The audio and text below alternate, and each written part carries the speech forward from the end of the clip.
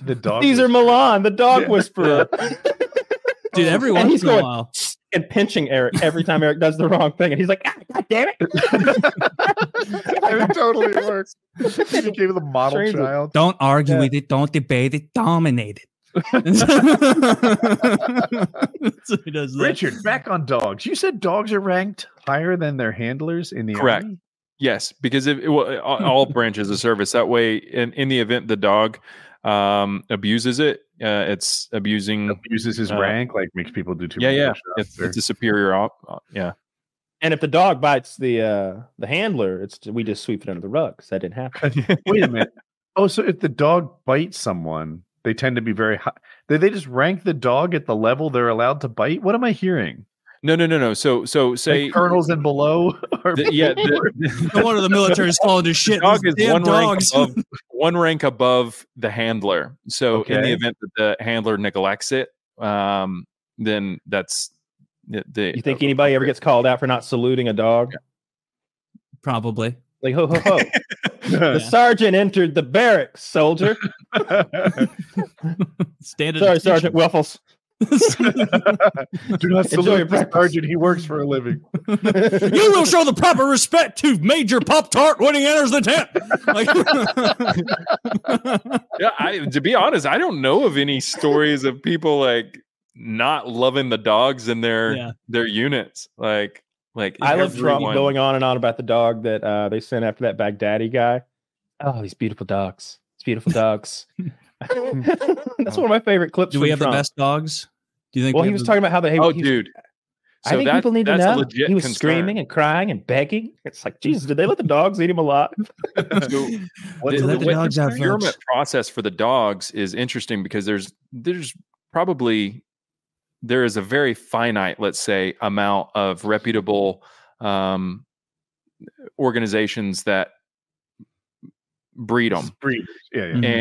And so the American or the DOD procures so many of them that it's really hard for civilians in a lot of ways to get a good dog without paying a shit ton of money, like a lot of money, just because all of those really good dogs, they're spoken for. And then like the females, another hard thing, or at least I'm told, is like none of the breeders want to come off of any really good females because they want to breed them. And so, there's really interesting challenges. My concern is that you start getting these like essential puppy mills of Malinois in the U.S., people wanting to buy them just because they want to look cool or whatever. And it's like, dude, that's I don't know about I would imagine military dogs are very, very well trained. Can I tell you about something I've been working on? Yeah. Okay. So this is legit. This is a problem I've been trying to attack for the last few years, and really like trying to think about it from a high level.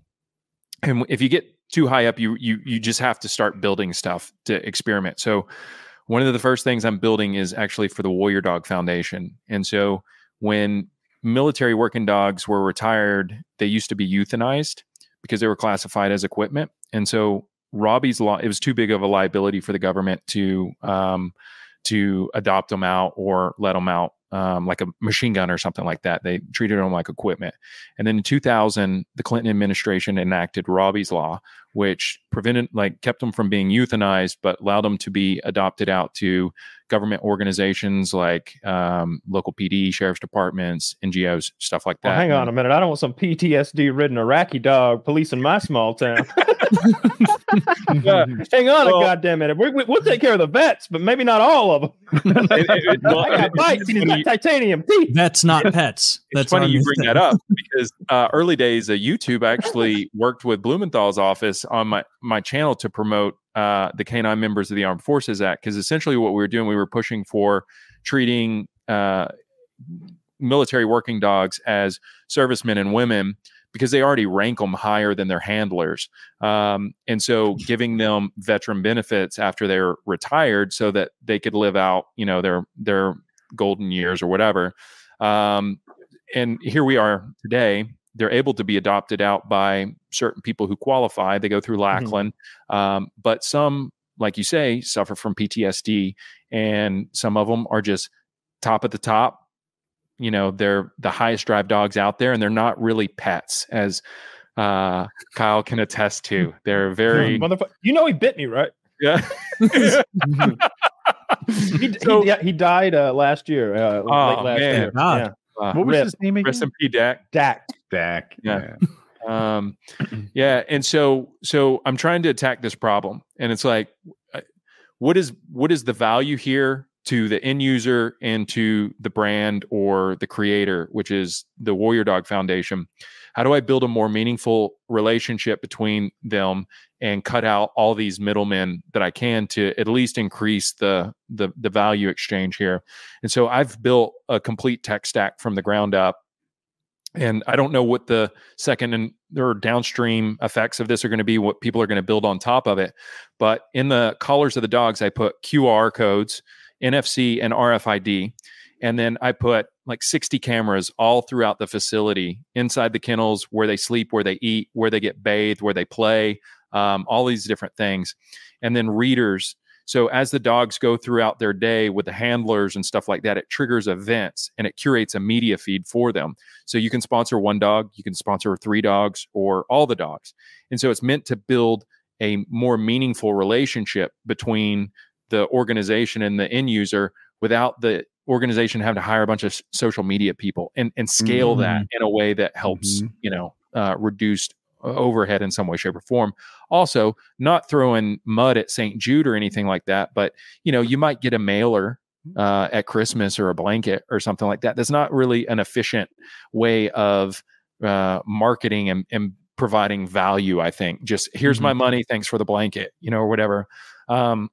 So for the dogs, I'm like, now you get a voyeuristic, intimate relationship with the thing you're actually supporting. And then that helps the organization reduce the churn and increase the lifetime value of that customer too. And so this whole tech stack, I'm like, I'm going to just build it and then give it away for people to build on top of, but I got to build these use cases. So this is the first one. Trained. But some of the police dogs I see, I watch a ton of police videos on this police activity channel on YouTube. I see a lot of dogs that are not good at their jobs.